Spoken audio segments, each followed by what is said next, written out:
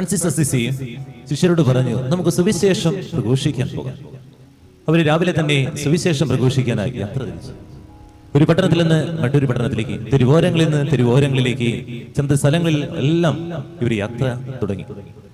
പക്ഷേ ഓരോ സ്ഥലത്ത് ചെല്ലുമ്പോഴും തന്റെ ഗുരു ഒന്നും സംസാരിക്കാത്തത് കാണുമ്പോൾ ഇവർക്ക് ടെൻഷൻ ആകുന്നു. ഇങ്ങനെ ഉച്ചയായി വൈകിട്ടായി അതുവരെ ഒന്നും അധികം സംസാരിച്ചിട്ടില്ല.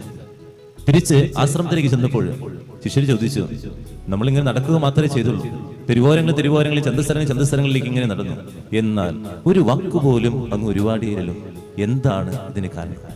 അങ്ങ് സുവിശേഷം പ്രഘോഷിക്കാൻ പോയതല്ലേ? അസീസി പറയുന്നുണ്ട്, നമ്മളെ കണ്ടപ്പോൾ അവർ ദൈവത്തെ ഓർത്തിട്ടുണ്ടാകും. നമ്മളെ കണ്ടപ്പോൾ അവർ ദൈവത്തെ ഓർത്തിട്ടുണ്ടാകും. നമ്മളെ ഓരോരുത്തരെ കാണുമ്പോൾ ദൈവത്തെ ഓർക്കാൻ ആർക്കെങ്കിലുമൊക്കെ പറ്റുന്നുണ്ടോ?